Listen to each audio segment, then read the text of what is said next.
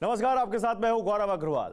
UP चुनाव में गन्ना बनाम जिन्ना के बाद पाकिस्तान पर घमासान छिड़ा हुआ है। पाकिस्तान के मुद्दे पर चुनावी चिंगारी अखिलेश यादव के एक बयान से उठी। अखिलेश यादव ने कहा था कि पाकिस्तान भारत का दुश्मन नहीं है। बीजेपी ने इस मुद्दे को हाथों हाथ लिया। अखिलेश की सोच पर सवाल उठाए गए। उधर सियासी विरोध के बीच समाजवादी पार्टी ने 159 उम्मीदवारों की नई लिस्ट जारी कर दी। इस्लामिक तालीम के गढ़ माने जाने वाले देवबंद से एसपी ने कार्तिक राणा पर दांव खेला है। उधर असदुद्दीन ओवैसी की पार्टी एआईएमआईएम ने भी 6 कैंडिडेट की लिस्ट जारी कर दी। देवबंद से ओवैसी ने मौलाना उमैर मदनी को मैदान में उतारा है। पूरी सियासत को देवबंदी भाईजान कैसे देख रहे हैं? मुख्यमंत्री के तौर पर देवबंद के मुसलमानों की पहली पसंद कौन है? इसका जवाब सीधा देवबंद से देखिए।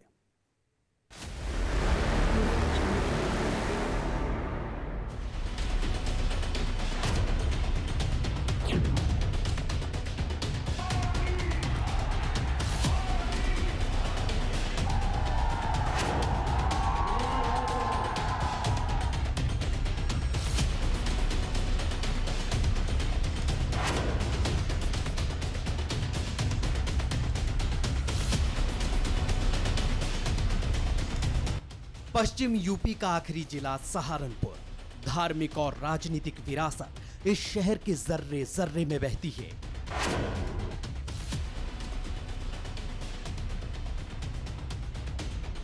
ये जिला भले ही यूपी के अंतिम छोर पर हो, लेकिन यूपी की सियासत में इसका असर हमेशा रहा। सहारनपुर की एक पहचान देवबंद से जुड़ी है। वो देवबंद जो इस्लामिक तालीम का सबसे बड़ा सेंटर माना जाता है। शरीयत की अहमियत को देवबंद में ही बारीकी से समझाया और पढ़ाया जाता है।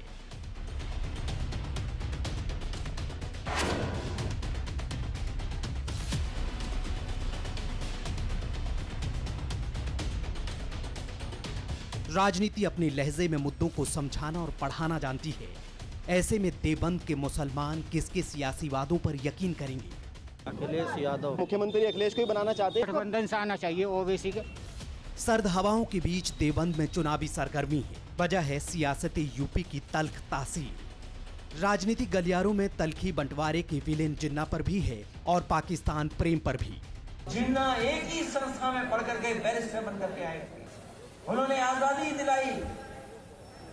उन्हें किसी भी तरीके से किसी का भी संघर्ष करना पड़ा होगा तो वो पीछे नहीं हटे। अखिलेश यादव जी का कहना कि वो पाकिस्तान को भारत का असली दुश्मन नहीं मानते, दुखद, चिंताजनक और शर्मनाक।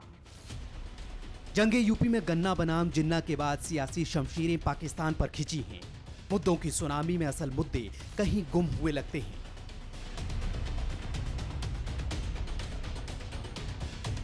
राजनीति मुद्दों को बारीकी से तराशना जानती है, लेकिन लकड़ी पर नक्काशी के लिए दुनिया भर में मशहूर सहारनपुर के देवबंद के मुसलमानों का मन जिन्ना और पाकिस्तान वाली राजनीति से कितना बदला?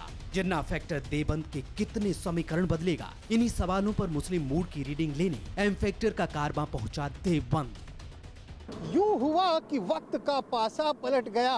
उम्मीद जीत की थी मगर मात हो गई। जी हाँ, सियासत में ये बहुत ही आम बात है और फिलहाल दौरे सियासत का वक्त है। उत्तर प्रदेश के चुनाव बहुत ही करीब है।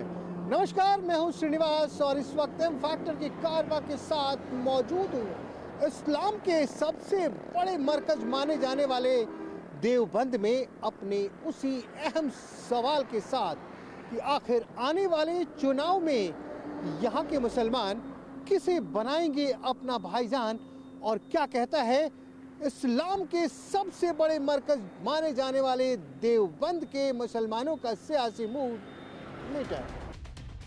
देवबंद का दारुल उलूम ही है, जिसे मुकम्मल मुस्लिम विचारधारा का जनक माना जाता है। दारुल उलूम को मानने वाले पूरी दुनिया में हैं। फिरंगी हुकूमत की खिलाफत में दारुल उलूम वजूद में आया। 1857 की क्रांति को जब फिरंगी कुचलने में कामयाब हुए, तब देश प्रेम की नई ज्वाला देवबंद में ही जली। 30 मई 1867 को हाजी आबिद हुसैन और मौलाना कासिम ने दारुल उलूम की शुरुआत की, जो बाद में इस्लामिक तालीम के मरकज में शुमार हो गया। यूपी की राजनीतिक जमीन पर 80-20 का शोर है। राजनीति जिन्ना पाकिस्तान पर भी हो रही है। हर पहलू पर देवबंद के मुसलमानों की पैनी नजर है। हर सियासी चैप्टर की रीडिंग यहाँ के भाईजान कर चुके हैं। ऐसे में इस्लामिक तालीम का गढ़ 10 मार्च को किसे सत्ताए लखनऊ का गिफ्ट देगा? पहला जवाब रशीदिया मस्जिद पर ही मिल गया। मौजूद हैं देवबंद में रशीदिया मस्जिद के पास। जी हाँ, वही देवबंद जहाँ से सिर्फ हिंदुस्तान में नहीं पूरे विश्व में इस्लाम की शिक्षा दी जाती है। विश्व के कोने कोने से लोग यहाँ पहुँचते हैं, लेकिन हम यहाँ मौजूद हैं, चुनाव का मौसम है ना, ये समझने के लिए कि आखिर यहाँ का सियासी मिजाज क्या है, और खास करके ये जानना चाहते हैं कि यहाँ के लोग किसे मुख्यमंत्री, अगले मुख्यमंत्री के रूप में देखना चाहते हैं। अखिलेश यादव। अखिलेश यादव, वजह सबकी सुनते हैं, वहाँ ये नहीं है कि हम 80-20 का काम करेंगे। कैसे देखते हैं आप इन तमाम चीज़ों को? तो सब देखिए, हर आदमी की अपनी अपनी सोच है, लेकिन हमें तो फिलहाल ये सूरत हाल देखना है कि हमको क़यादत आने वाली कौन सी क़यादत आ रही है। कांग्रेस का तो कोई वजूद है नहीं यूपी में, तो फिर तौकीर रजा क्यों खड़े हो रहे हैं? वो अपनी उनकी एक निजी राय है, वो गए होंगे कुछ अपने हिसाब से गए होंगे या क्या है वो तो वही बता सकते हैं।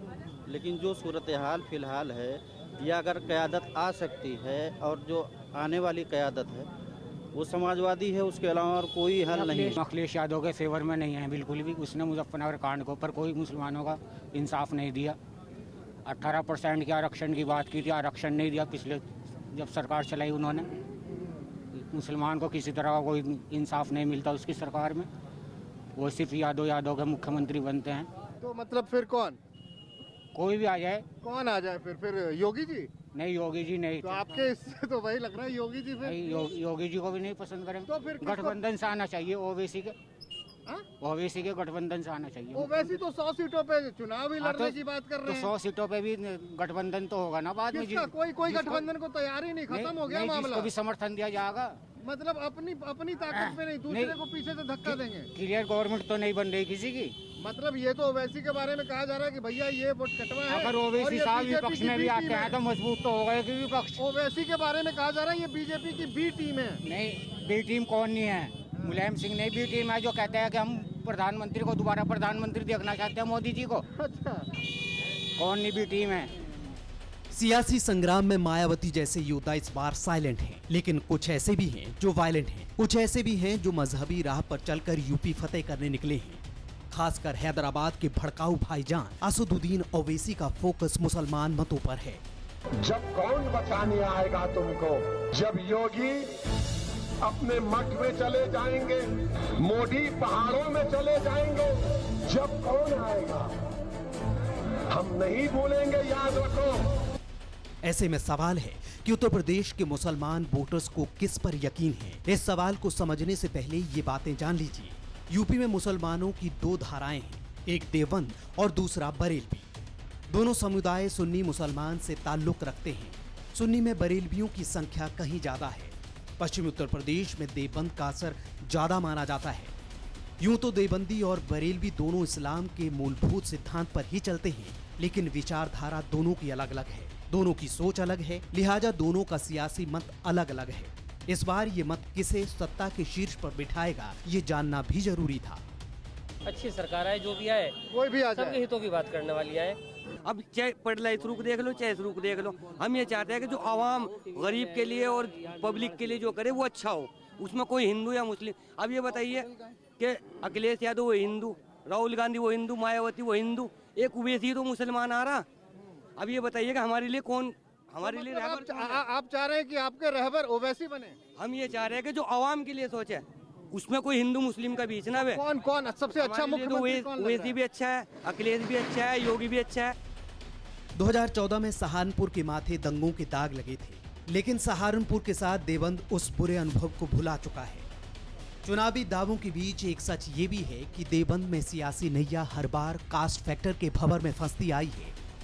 देवबंद में कास्ट फैक्टर इसलिए भी अहम है क्योंकि देवबंद में करीब 3,74,000 मतदाता हैं, जिनमें मुस्लिम मतदाता करीब 1,05,000, अनुसूचित जातियों के वोटर्स करीब 75,000, ठाकुर 60,000, ब्राह्मण 35,000, गुर्जर 30,000, जबकि 50,000 के आसपास अन्य वोटर्स हैं। ऐसे में बड़ा सवाल ये भी था कि देवबंद में क्या मजहब कोई फैक्टर बनेगा? क्या देवबंद के भाईजान मजहब को तरजीह देकर 14 फरवरी को ईवीएम का बटन दबाएंगे? मैं तो चाहता हूँ कि वैसी किंग मेकर बने, सरकार किसी की भी हो। मतलब देवबंद से जो आवाज आ रही है ओवैसी के फेवर में है? नहीं, पूरे यूपी की आवाज़ है। हाँ? पूरी यूपी की आवाज़ है। पूरी यूपी की आवाज है? King maker Asaduddin. वो तो बन नहीं पाएंगे ना, वो तो 100 सीटों पे चुनाव ही लड़ रहे हैं और कम से कम मुख्यमंत्री बनने के लिए ना 205 सीट चाहिए। इंसान अपनी कोशिश करता है, हाँ, तो आधी अधूरी नहीं कोशिश होनी चाहिए, कोशिश पूरी होनी चाहिए। कोशिश उनके तरफ से भी है और हम लोगों की तरफ से तो भी वो है। तो आधी अधूरी कोशिश कर रहे हैं 100 सीटों पे। ये फैसला हम कैसे कर सकते हैं? वो उन्होंने खुद कहा कि 100 सीटों पे ही चुनाव लड़ेंगे। हाँ, तो लड़ने में हरज क्या है? अरे भैया, तो मुख्यमंत्री कहाँ बनेंगे? मुख्यमंत्री इस बार उत्तर प्रदेश का मुख्यमंत्री खास करके देवबंद के लोग किसे बनाना चाहेंगे? सर, मुख्यमंत्री सब चाहते हैं कि अखिलेश भैया ही बने, लेकिन मुसलमान कुछ अपने मुद्दों को भी उठाता है। जैसे अखिलेश भैया आजकल मुसलमानों को नज़रअंदाज कर रहे हैं, ये नहीं होना चाहिए।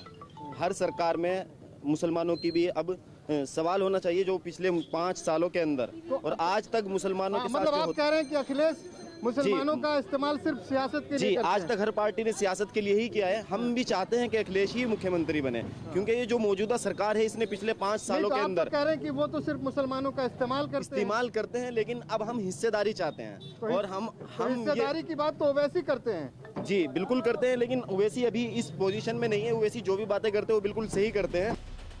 1952 में वजूद में आई देवबंद विधानसभा सीट दशकों तक कांग्रेस का अजय दुर्ग रही। तब मुसलमानों का एक मुश्त वोट कांग्रेस के खाते में जाता था।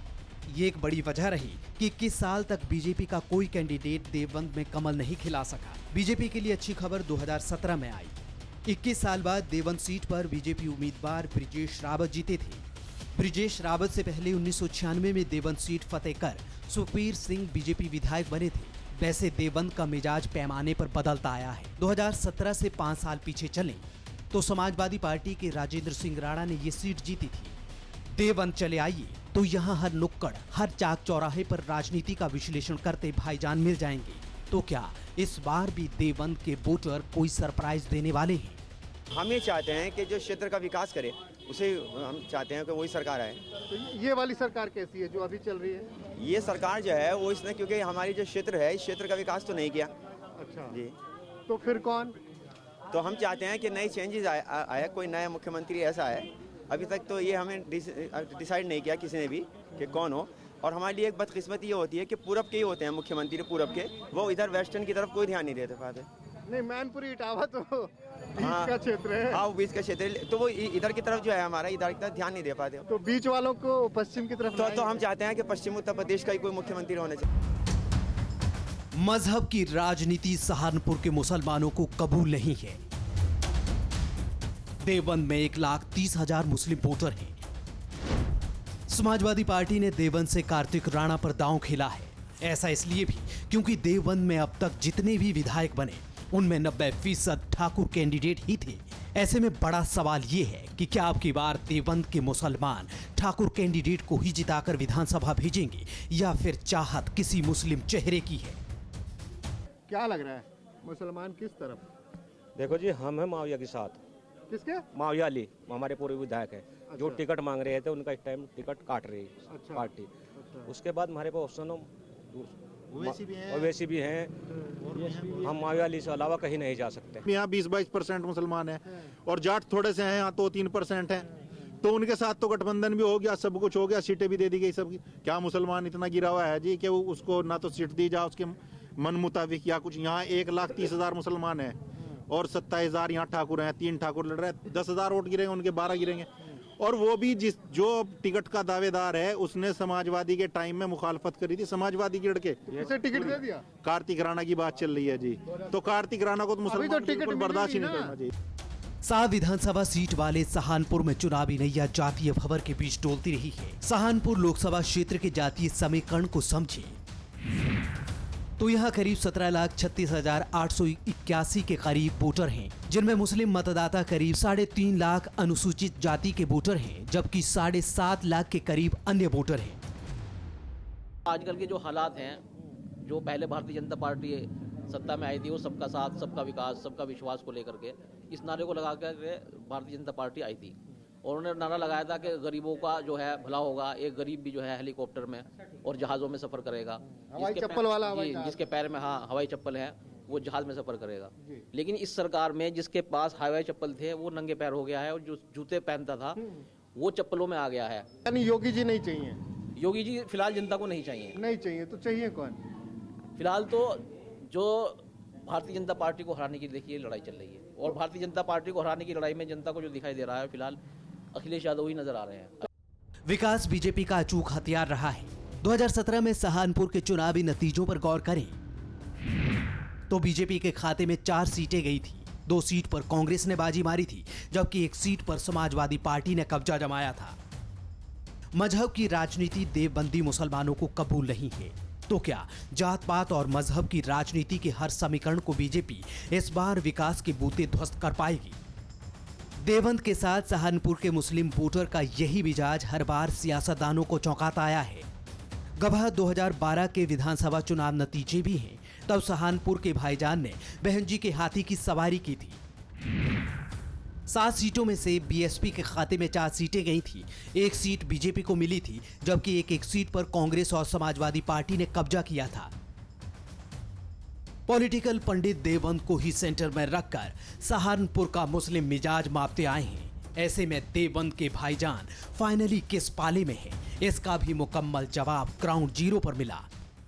मैं क्योंकि ज़मीन से जुड़ा हुआ आदमी हूँ, मैं जानता हूँ कि देवबंद और ख़ास तौर से दारुल-उलूम का कोई नज़रिया सियासी नहीं है, वो नॉन सियासी हैं।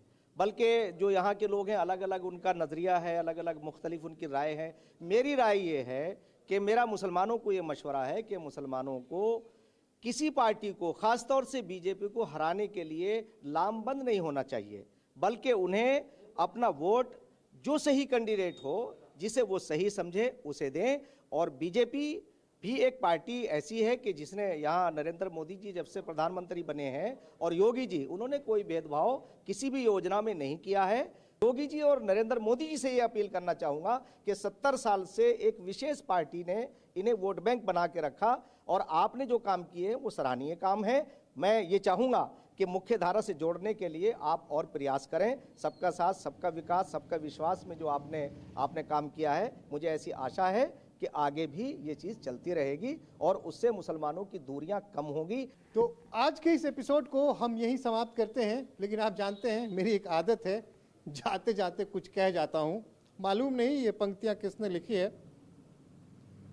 कहा गया है कि सियासत अपना रुख इतना कड़ा मत कर, इंसानियत को भगवा और हरा मत कर। फिक्र आपकी, सोमवार से शुक्रवार रात 9 बजे सिर्फ TV9 भारतवर्ष पर।